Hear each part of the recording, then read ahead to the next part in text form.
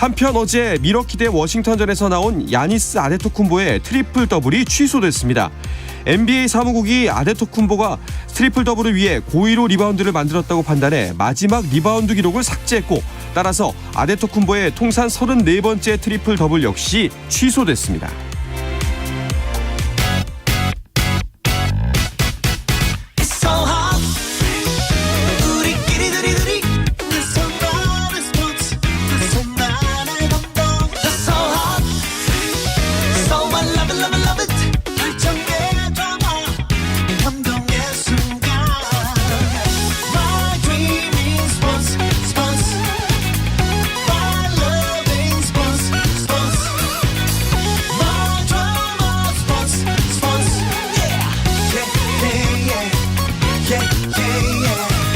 스포츠.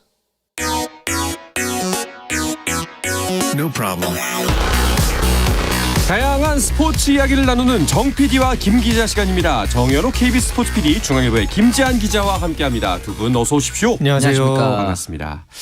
자, WBC가 진짜 코앞이에요. 얼마 안 남았어요. 네, 바로 내일 공식 개막전이 있습니다. 네. 참 오랜만에 14년 만에 정확하게 이제 7년 만이죠. 7년 만에 이 월드 베이스볼 클래식에 이제 우리나라 대표팀도 네. 이제 출전을 하고 이제 내일 이제 개막을 하고 이제 네. 우리나라 대표팀은 모레 9일 정오에 호주와의 경기를 시작으로 해서 이제 본격적인 WBC 도전에 들어갑니다. 그렇습니다. 자, 우리나라 대표팀은 아까 단신에서도 간략하게 전해드렸지만 오늘 마지막 평가전을 치렀죠. 그렇죠. 이 한신 타이거즈와 연습 경기에서 7대 4로 승리를 거뒀습니다. 사실 어제 경기를 보면서 많은 팬들이 좀 걱정을 많이 하셨을 그렇죠. 거예요. 오릭스 같은 경우에는 주로 1.5군 멤버들로 많이 나왔는데 패배했다. 이런 점에서 정예 오타니를 포함한 일본 대표팀이 이길 수 있을까? 이런 걱정이 좀 있었을 텐데, 오늘 한신 타이거즈의 선발인 니시유키 선수가 이제 한신의 2선발이었고 네. 이 선수를 포함해서 한신 타이거즈 대부분이 좀 정예 멤버로 나왔다. 그런데 우리가 7대 4로 승리를 거뒀다. 이 점이 일단 좀 다행인 것 같고, 그 다음에 이제 어제와 달라진 점 역시 내야진이었거든요. 네. 2루수의 토미 에드먼, 3루수의 최정, 유격수의 김하성.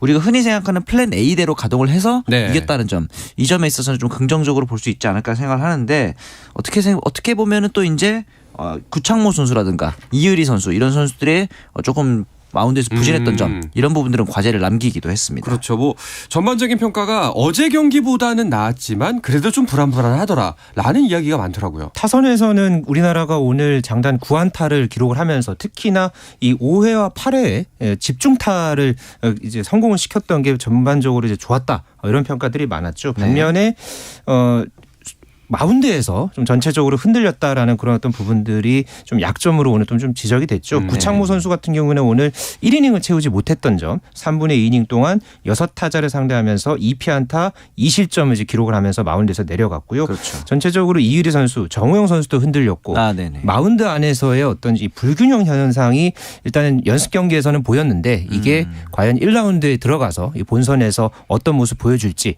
지켜봐야 하겠습니다. 그래도 뭐 마운드에서 원태인 선수가 그나마 안정적인 모습을 보이면서 좀 이강철 감독이 고민을 덜어주진 않았을까 이런 생각이 들기도 하더라고요. 지난 도쿄올림픽 때 원태인 선수가 부진했죠. 그래서 이제 중간 개투로 나오면서 부진했거든요. 근데 사실 이 국제대회에서는 아무리 선발 투수라 그러더라도 중간 개투에 투입되는 경우가 많잖아요.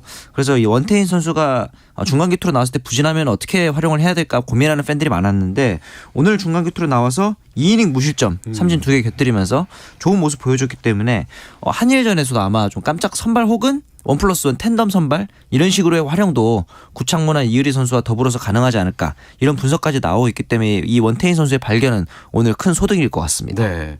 자, 그리고 또 한 가지 이슈 중에 하나가 이제 어제 경기 도중에 이제 우리의 뒷문을 책임지고 있는 고우석 선수가 뒷목 통증을 느끼고 내려왔잖아요. 이게 보통은 이제 일반적인 경우에는 트레이너를 잘 부르지 않는데 그 정도로 불렀다는 거는 좀 큰 부상은 아닐까 싶었는데 혹시 들어온 소식이 있나요? 어제 고우석 선수가 갑자기 이제 목 주변 통증을 호소하면서 좀 느낌이 안 좋다. 뭐 이런 이야기를 하면서 이제 마운드에서 내려왔었죠. 그랬는데 정말 다행스럽게도 오늘 검진 결과가 나왔고요. 다행히 큰 이상이 없는 것으로 그렇게 확인이 됐습니다. 그래서 다행스럽게도 이 월드 베이스볼 클래식 1라운드부터 당장의 투입이 가능한 상황 상황이라고 대표팀 관계자가 전했습니다. 네. 그렇군요. 오늘 경기 타자들의 활약은 어땠나요? 오늘은 이제 이정우 선수도 역시 이제 지난 경기 멀티히트에서 타격감을 올라왔고 양의지 선수도 타격감이 좋았는데 가장 역시 돋보였던 건 김혜성 선수가 드디어 대표팀의 첫 홈런을 이제 시동을 걸었고 양의지 선수도 이제 안티를 쳤고 그다음에 박건우 선수, 박혜민 선수 우리가 흔히 말하는 슈퍼 서브 이런 선수들의 활약이 좀 좋았다는 점에서는 네. 이제 토미 에드번이라든가 김하성 그리고 이제 김현수 이런 기존 주전들의 활약까지 올라와 준다면은 타선도 9일 첫 경기인 호주전에 맞춰서 페이스가 올라오고 있지 않을까 이런 생각도 들고 한 가지 또 좋은 점을 짚어보자면 수비진입니다. 김하성 선수 그리고 토미 에드먼, 최정 선수까지 오늘 전반적으로 다 굉장히 좋은 수비력을 보여줬기 때문에 어제 일단 노릭스와의 경기에서 보여줬던 수비 실수가 오늘은 조금 진정된 모습을 보였기 때문에 이 부분에 있어서도 좀 다행인 시그널이 아닐까 하는 생각이 듭니다. 어제 내야 수비 실수가 좀 많았잖아요. 네. 실책이 3개나 있고 했는데 오늘 경기에서 수비에서 실책이 없었던 점 맞습니다. 이 부분은 굉장히 자신감을 갖고 이 본선에 들어갈 수 있을 것으로 보입니다. 네. 알겠습니다. 자, 우리의 첫 번째 상대는 호주입니다. 네. 호주전에 선발 등판할 마운드 주인공은 아직 밝혀지지 않았죠? 아직까지 나오지는 않았습니다만 네. 추정이 가능한 그런 어떤 그렇죠. 부분은 있죠. 네. 연습 경기에 2경기 모두 나오지 않았던 네. 이 고영표 선수가 현재로서는 호주전 선발 투수 가능성이 높습니다. 그렇죠. 앞서서 이강철 감독이 미국 애리조나에서 이 훈련을 했을 때부터 이 고영표 선수를 호주전 선발로 낙점을 한 상태였거든요. 그리고서 지난 3일에 이 SSG 랜더스 퓨처스 팀과의 연습 경기에서 이 고영표 선수가 선발로 나서서 거의 뭐 완벽에 가까운 투구를 맞습니다. 펼쳐 보였죠. 13명의 타자와 상대해서 무안타, 무사사구, 볼넷을 1개는 허용을 했지만은 노히트로. 거의 뭐 노히트로 철벽투를 이제 보여줬는데 고영표 선수가 호주전에 맞춰서 계속해서 컨디션을 끌어올리고 있고요. 만약에 호주와의 경기에서 한 4이닝, 뭐 길게 5이닝까지 뭐 소화하면은 대표팀에는 매우 큰 힘이 될 것으로 기대합니다. 그렇군요. 자, 우리의 맞상대 호주 대표팀 관련해서 들어온 소식은 없나요? 이 소식들이 들려오곤 있는데 네. 일본 가서 뭐 사찰을 방문했다. 그다음에 네. 뭐 유소년 클리닉을 했다. 뭐 초등학교를 갔다는 네, 얘기도 뭐 있죠. 그런 네. 지금 야구 외적인 소식들이 많이 들려오고 있는데 전력적으로 좀 들어가 보자면은 아무래도 대부분의 선수들이 메이저리그에 밟지 않았던 선수들이 좀 많아요. 마이너리그 혹은 호주 자국리그에 뛰는 선수들인데 아무래도 가장 큰 경기 1순위는 화이트필드 외야수인데 이 선수가 일발 장타력도 어느 정도 있으면서 발이 굉장히 빠르기 때문에 네. 이 선수에게 좀 약간 그 베이스를 뒤흔드는 그런 플레이를 내준다면은 초반 기세를 빼앗길 수 있기 때문에 이 부분을 조심해야 될 것 같고 호주의 선발 투수 누굴지 아직까지는 이렇게 감이 잡히지 않는 상황이에요. 한화에서 뛰었던 에릭 서폴트 선수도 있긴 하지만 서폴트 선수 최근에 이제 컨디션이 많이 내려온 상태고 그래서 개인적으로는 우리나라의 그 외국인 투수들 들어올 때 보면 신장이 큰 선수들한테 고전하는 경우가 많거든요. 네네. 그런 면에서 봤을 때는 이 존 케네디 선수가 2m고 또 잭 올로클린 선수도 196cm이기 때문에 이런 장신 투수들을 선발 투수로 내세우지 않을까라는 생각도 좀 들긴 합니다. 네. 알겠습니다. 자, 그리고 또 이제 우리가 뭐 가장 이번 뭐 일본에서의 가장 하이라이트겠죠. 일본전 네. 관련해서 소식들이 많이 들어오고 있는데 오타니 선수는 공식 연습 경기에서부터 연타석 홈런이네요. 그러니까 오타니 선수가 일본에 들어갈 때부터 뭐 엄청난 화제였거든요. 네. 그러니까 편도로만 1,000만 엔, 그러니까 우리 돈으로 약 1억 원에 해당하는 이 전세기를 이용하면서 네, VIP 대접을 받고서 일본 땅을 밟고서 계속해서 화제의 중심에 섰는데 어제 한신 타이거즈와의 연습 경기에서 마침내 또 아주 또 좋은 모습을 보여줬죠. 네. 3회에 3런 홈런 그리고 5회에 3런 홈런 모두 중월 석점 홈런이었습니다. 그렇죠. 특히나 이 3회에 쳤던 이 홈런 장면이 말이 안 되죠. 정말 말이 안 되는 네. 한쪽 무릎을 꿇는 자세로 스윙을 했는데 이게 그냥 넘어갔습니다. 예, 중월 석점 홈런을 치고 나서 경기 끝나고 나서의 상대팀 감독이었던 네. 한신의 오카다 아키노부 감독이 이런 말을 했습니다. 그러니까 앞으로 공식 경기에서 오타니를 상대할 일이 없으니까 뭐 이 홈런 맞은 거 괜찮지 않냐? 뭐 이렇게 농담을 이제 했고요. 네. 또 이 퍼시픽 리그 홈런왕이 야마카 후타카 같은 경우에는 야구 진짜 그만두고 싶다. 진짜 재미없다라고 하면서 첫 번째 홈런 친 거는 장난친 거 아닌가? 네, 같은 경기를 하고 있다는 생각이 들지 않을 정도다. 그러니까 말 그대로 오타니 선수의 그 홈런 장면이 뭐 감탄스럽다. 뭐 그런 어떤 표현을 갖고 일본 내에서 어제 오늘 사이에 정말 엄청난 맞습니다. 이런 반응들이 이어져 왔는데요. 네. 뭐 지금 현재 그 일본 매체와 일본 현지의 상황을 들어보면 네. 거의 지금 작년 12월에 카타르 월드컵 축구 대회 있었잖아요. 네네. 그 이상의 분위기더라고요. 그러니까 이미 지금 대회 전이잖아요. 대회 전인데도 계속해서 일본 대표팀에 관한 소식들이 쏟아져 나오고 있고요. 네. 아마 월드 베이스볼 클래식이 이제 본선에 이제 본격적으로 들어가게 된다면은 일본 안에서의 분위기는 계속해서 지금 올라갈 것으로 보여집니다. 네. 그렇군요. 만약에 야구의 신이 있다면은 그 오타니한테 너무 편애하는 것 같아요. 그러니까 네. 말이에요. 네. 불공평하다는 생각이 듭니다. 심지어 그 와중에 성격도 인성적으로도 굉장히 훌륭하고 얼굴도 잘생기고. 네. 아 참. 알겠습니다. 하지만 이제 우리가 무찔러야 할, 그렇죠, 이겨내야 그렇죠. 할, 맞습니다. 극복해야 할 네. 적이라는 거. 자, 그리고 중국 대표팀과 이제 체코하고도 우리가 만나게 되는데요. 네. 중국 대표팀 같은 경우에는 우리가 아시안 게임에서도 만난 적이 있으니까 그렇게 뭐 생소하거나 어색하진 않은데 네. 체코 대표팀은 정말 생소해요. 체코 대표팀 얘기를 하는 순간 대부분의 반응이 체코가 야구를 한다고? 그렇죠. 네. 이게 이제 대부분의 반응인데 야구를 하긴 하는데 야구 선수는 아닙니다. 야구를 부업으로 하는 선수들입니다. 예를 들어서 보시면은 체코 대표팀의 주장인 페트르 지마 같은 경우에는 증권업에 몸담고 계시고요. 네. 내야수인 마르틴 체르벤카는 영업사원입니다. 그리고 이제 체코 대표팀 에이스라고 할 수 있는 이 스페인과의 경기에서 굉장히 6이닝 1실점 호투를 했는데 이 선수는 소방관이에요. 실제 직업이 마르틴 소방관이고. 슈나이더 선수. 네, 그러니까 네. 뭐 팀에서 우리가 흔히 말하는 뭐 소방수 이게 아니라 진짜 소방수. 진짜 소방수. 네. 그리고 이제 네. 이 감독인 파벨 하딘 감독도 의사입니다. 그러니까 이제 뭐 팀 닥터 이런 게 아니라 진짜 의사예요. 뭐 이런 상황인데 이런 상황에서 야구가 돈이 되는 상황이 아니잖아요. 본업이 있으니까. 그렇죠. 그럼에도 이렇게 WBC까지 나서는 이유는 야구를 사랑하기 때문이다. 그렇죠. 이렇게 얘기를 했으니까 어떻게 보면 뭐 오타니 선수가 뭐 투웨이 선수다 이렇게 투타 다 잘한다 하지만 이 체코 대표팀 역시 본업과 부업을 다 잘하는 투웨이 선수들 아닌가 뭐 이런 생각도 좀 들기도 그러네요. 하고요. 이번 대회에 나서기 위해서 이 체코 대표팀이요. 그러니까 프라하랑 브루노에서 열흘에 한 번씩 그러니까 한 번 연습할 때 2시간씩 연습을 했다고 하더라고요. 아무래도 본업이 있는 상태에서 네네. 또 이 훈련을 하다 보니까 네. 좀 많은 시간을 훈련을 하지는 못했는데 그런데 이 미국의 야구 전문 잡지인 이 베이스볼 아메리카에서 이번 대회 이제 20개 나라의 이제 전력을 분석을 했거든요. 네네. 여기에서 체코를 최하위가 아니라 그것도 19위로 평가를 했습니다. 그러니까 지금 현재 20위로 평가된 나라가 중국이거든요. 그러니까 또 우리나라와 같은 조에 있잖아요. 네네. 그렇기 때문에 체코가 만약에 이 중국을 상대로 승리를 거둔다. 뭐 다른 경기에서도 마찬가지겠지만 이 체코가 과연 이 도깨비 팀으로서 특히나 그러게요. 이 중국을 상대로 만약에 승리를 거두게 된다. 이것만으로도 이 체코 내에서는 이 월드 베이스볼 클래식뿐만 아니라 체코 야구 역사를 새로 쓰는 그런 계기가 되지 않을까. 맞습니다. 조심스럽게 전망해 봅니다. 그렇네요. 아니 정현호 PD도 이제 사회인 야구하고 있잖아요. 네네. 정현호 PD 같은 사람들이 선수로 나온다는 거 아니에요? 그렇죠. 저희 같은 사람 저희도 이제 한 일주일에 2시간씩 연습하거든요. 네. 너무너무 친근하고 네. 만만하게 느껴집니다. 네. 그래서는 안 되겠지만. 네. 자, 뭐 이제 한동안 저희 스포츠도 WBC 주간으로 진행을 하려고 하는데요. 두 분의 도움 많이 필요합니다. 알고 계시죠? 네. 잘 준비해 보도록 최선을 하겠습니다. 다해 보겠습니다. 알겠습니다. 자, 그럼 다른 스포츠 이슈들도 잠깐 짚어볼까요? 고진영 선수의 우승 소식이 눈에 띕니다. 굉장히 오랜만이죠? 네, 고진영 선수가 LPGA 투어 대회 이 HSBC 위민스 월드 챔피언십에서 우승했습니다. 참 이 대회가 대회 기간 동안에 비도 오고 뭐 비바람의 이 기상 상황이 굉장히 좋지 못했는데 고진영 선수가 이 악조건을 뚫어내고서 작년에 이어서 이 대회 2연패를 달성했고요.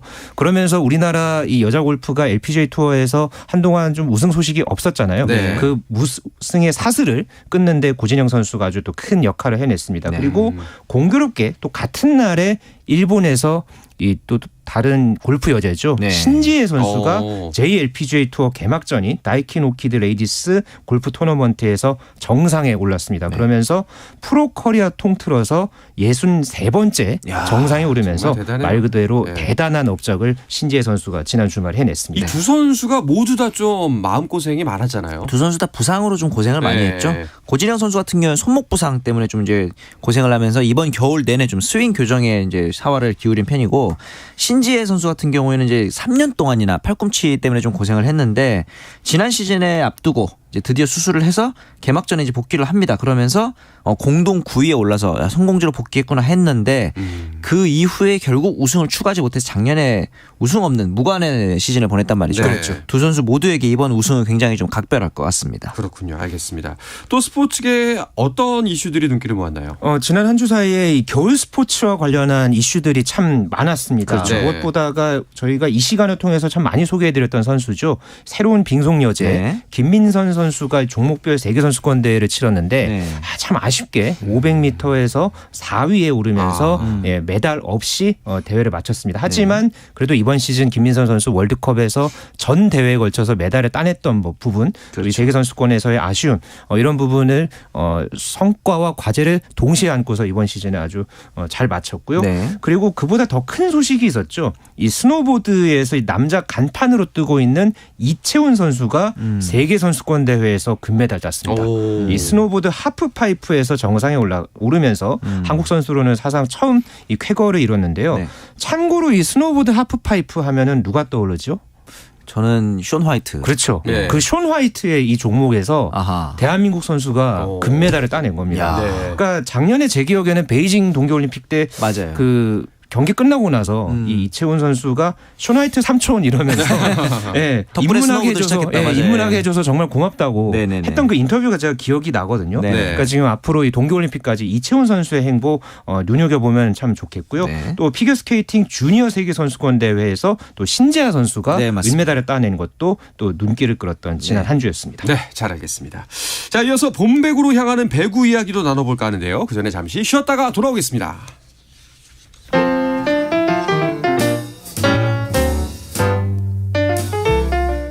정 PD의 깊은 내공, 김 기자의 비하인드 스토리. 배구 이야기는 KBS 1라디오 스포츠에서 배구 선수 출신 해설위원 저 한유미도 듣습니다. 정 PD와 김 기자 많은 청취 부탁드립니다.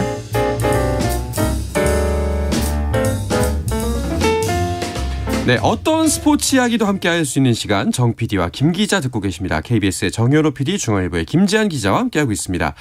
자, 한 주간의 배구 이야기 주간 배구로 이어가 볼까요? 현재 진행 중인 경기 상황부터 살펴보죠. 먼저 이 여자부 도로공사와 흥국생명의 경기 상황부터 소개를 해드리겠습니다. 네. 현재 4세트가 진행이 되고 있는데요. 도로공사가 앞서고 있습니다. 그러네요. 현재 네. 1세트를 흥국생명이 25대 21로 잡았는데 2세트를 도로공사가 같은 스코어로 잡았고요. 네. 3세트는 더블 스코어 이상입니다. 25대 네. 12로 그러니까 도로공사가 말이에요. 잡고 있고 4세트를 또 현재 8대 6으로 도로공사가 리드하고 있습니다. 지금까지 박정아 선수가 17점, 배윤아 선수가 13점, 캣벨 선수가 12점. 선수들이 전반적으로 골고루 공격에서 좋은 모습을 보여주고 있고요. 반면에 흥국생명에서는 옐레나 선수가 19점, 김연경 선수가 12점을 현재 기록을 하면서 쌍포 역할을 하고 있습니다. 남자부에서는 조금 전에 경기가 막 끝났는데요. 네. 의정부 체육관에서 열린 경기에서 삼성화재가 KB손해보험을 상대로 해서 3대 0으로 완승을 거두었습니다. 그렇군요.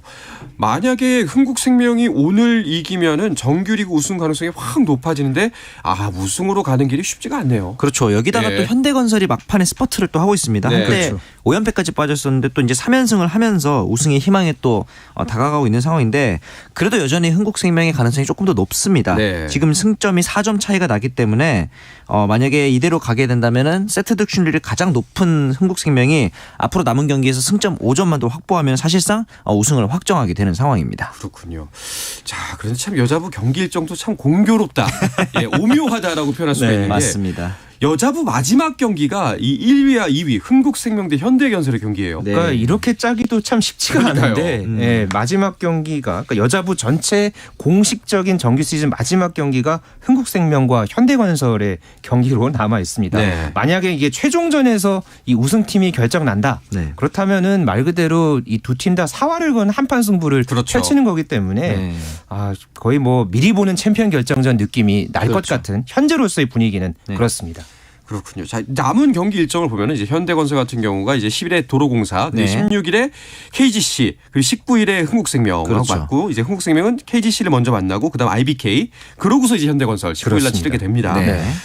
좀 분위기를 보니까 흥국생명의 우승 가능성이 그래도 조금은 더 높아 보이긴 하죠. 네, 이 19일 날 경기가 그래서 중요한데 네. 현대건설 입장에서는 그나마 다행인 게 국가대표 리베로인 김연견 선수가 이날까지 이제 아마 빠르면은 16일 그리고 19일까지는 컴백을 하지 않을까라고 해서 이날이 또 일요일 저녁입니다. 그래서 그렇죠.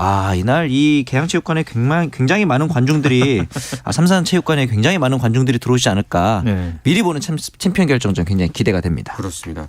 여자부 같은 경우에는 준 플레이오프가 열릴 가능성은 아직 남아 있는 건가요? 현재까지로서는 가능성이 꽤 커 보입니다. 네. 지금까지 사실 여자 프로배구에서 준 플레이오프가 열린 적은 없었죠. 없었죠. 네네. 제도가 도입은 됐는데 아직까지 열리지는 않았습니다. 네. 그런데 현재 3위인 인삼공사가 51점이고 도로공사가 49점. 만약에 지금 이 경기가 도로공사의 이 5세트 이전에 이제 승리로 네. 만약 이제 끝이 난다면은 이게 뒤집힙니다. 네. 아하. 예, 그렇기 때문에 이 두 팀의 이 순위 싸움 이것도 굉장히 지금 앞으로 남은 이 맞습니다. 라운드에서 아주 큰 관심사가 되겠고요. 네. 참고로 양 팀 다 나란히 3경기씩 앞으로 남게 됩니다. 네. KGC 인삼공사는 IBK 기업은행 그리고 흥국생명 현대건설전 이렇게 남아 있고요. 도로공사는 현대건설 페퍼저축은행 GS칼텍스전 이렇게 남아 있습니다.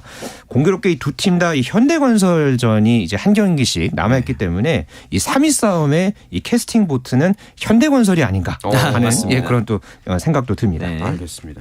자, 그리고 지난달에 페퍼저축은행 새 사령탑으로 선임된 아헨킨 감독이 입국을 했네요. 네, 내년 시즌부터 페퍼저축은행 지휘봉을 잡게 되는데 취재진과 만난 자리에서는 이제 이체 긴 비행, 미국에서 왔으니까 당연히 네. 10몇 시간 넘는 시간이었겠죠. 경기장에 도착해서 즐거운 기분이 든다고 했는데 이 이민자 출신입니다. 참고로 필라델피아에서 나고 자랐기 때문에 또 어떻게 보면 새로운 바람을 페퍼저축은행 불러들일 수 있지 않을까 하는 기대가 있습니다. 그러니까 아헨킨 감독이 그러니까 NCAA 디비전 1에 속해 있던 이 브라운 대학교를 맡아서 말 그대로 정말 이 브라운대의 돌풍을 일으키고 또 이 역사상 최초의 이 NCAA 토너먼트 진출을 달성을 해냈던 그런 이제 미국 대학 배구에서는 명장으로 꼽히는 그런 이제 감독으로 꼽히거든요. 네. 그래서 이제 새로운 또 이 페퍼저축은행의 이 새로운 지휘봉을 잡으면서 과연 이 아헨킨 감독이 어떤 모습 보여줄지 기대됩니다. 그렇죠. 페퍼저축은행 더욱더 기대가 됩니다. 네.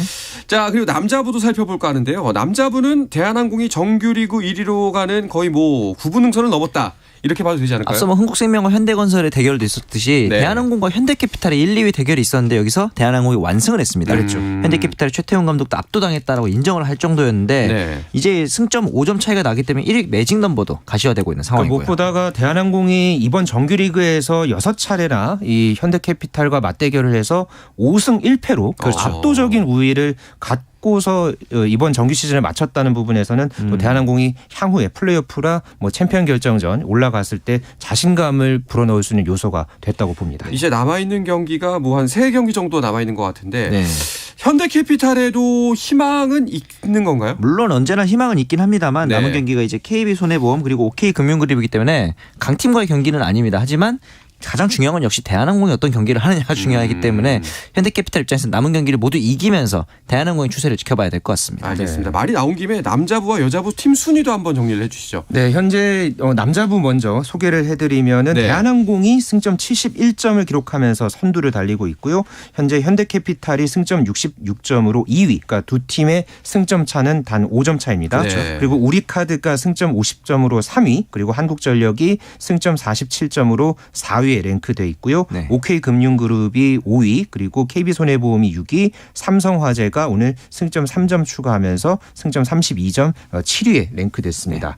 그리고 여자부에서는 흥국생명이 승점 73점으로 선두를 달리고 있는 상황에서 현대건설이 승점 69점으로 2위로 바짝 뒤쫓고 있습니다. 네. 이어서 KGC 인삼공사가 3위, 도로공사가 4위, 두 팀의 승점 차는 2점 차이고요. 네. GS칼텍스가 5위, IBK 기업은행이 6위, 페퍼저축은행이 승점 12점을 기록하면서 7위에 자리하고 있습니다. 참 어떻게 이렇게 데칼코마니처럼 어떻게 순위 그 점수 승점 분포가 비슷한 것 같아요. 맞습니다. 남자부 같은 경우에도 지금 뭐 1, 2위 싸움 치열하고 그리고 네. 약간 그 중간에 큰 간극이 있고 3, 네. 4위가 석점 차이밖에 안 납니다. 승점 맞습니다. 차이가. 그렇죠. 그러니까 남자부도 준 플레이오프가 열릴 가능성이 아직 남아 있는 거죠. 맞습니다. 지금 우리카드가 3위인데 승점 50점이고 한국전력이 4위인데 승점 47점 3점 차이밖에 안 납니다. 네. 그리고 3점 이내일 경우에 열리기 때문에 지금대로면 가능성이 있는 거고 참고로 이 두 팀이 또 악연이 있는 게 우리카드와 한국전력이 2021-22 시즌에 만났는데 당시에 4위였던 한전이 우리카드를 또 3대1로 제압하면서 리버스 이제 역전을 달성했는데 이번에도 한전이 4위고 우리카드가 3위입니다. 악몽이 떠오를 수밖에 없는 상황이라서 우리카드는 명백하게도 이번 시즌에는 그런 일이 일어나지 않도록 가장 좋은 방법은 아예 준 플레이오프를 열리지 못하도록 그렇죠. 승점을 많이 쌓는 게 가장 좋은 방법이겠죠. 지금 남은 경기들을 보니까 우리카드 같은 경우에는 OK금융그룹, 삼성화재 그리고 대한항공을 만나게 되네요. 네네. 예. 여기서 과연 우리카드가 승수를 많이 쌓을 수가 있을까요? 아직까지 대한항공을 제외하고는 상대 전적에서 뒤지지 않고 있기 때문에 네. 우리카드 입장에서는 최대한 싸우면서도 여기도 1위 싸움과 마찬가지로 그렇죠. 우리가 일단 할 수 있는 건 다 해놓고 한국전력의 경기를 지켜보게 되는 그런 상황이 될 것 같습니다. 자, 알겠습니다. 자, 뭐 남자부, 여자부 모두 선두 경쟁과 더불어서 3, 4위 과연 이 준 플레이오프가 열릴 것인지, 그렇죠. 3, 4위의 순위 대결은 어떻게 될 것인지를 주목해서 보시면 더욱더 재미있는 본 배구가 되지 않을까 하는 생각이 듭니다. 자, 이야기를 끝으로 이번 주 정 PD와 김 기자는 마치겠습니다. 함께해 주신 정현호 KBS 스포츠 PD, 중앙일보의 김재한 기자, 오늘도 고맙습니다. 고맙습니다. 감사합니다. 네, 내일도 저녁 8시 30분에 뵙겠습니다. 한상원의 스포츠.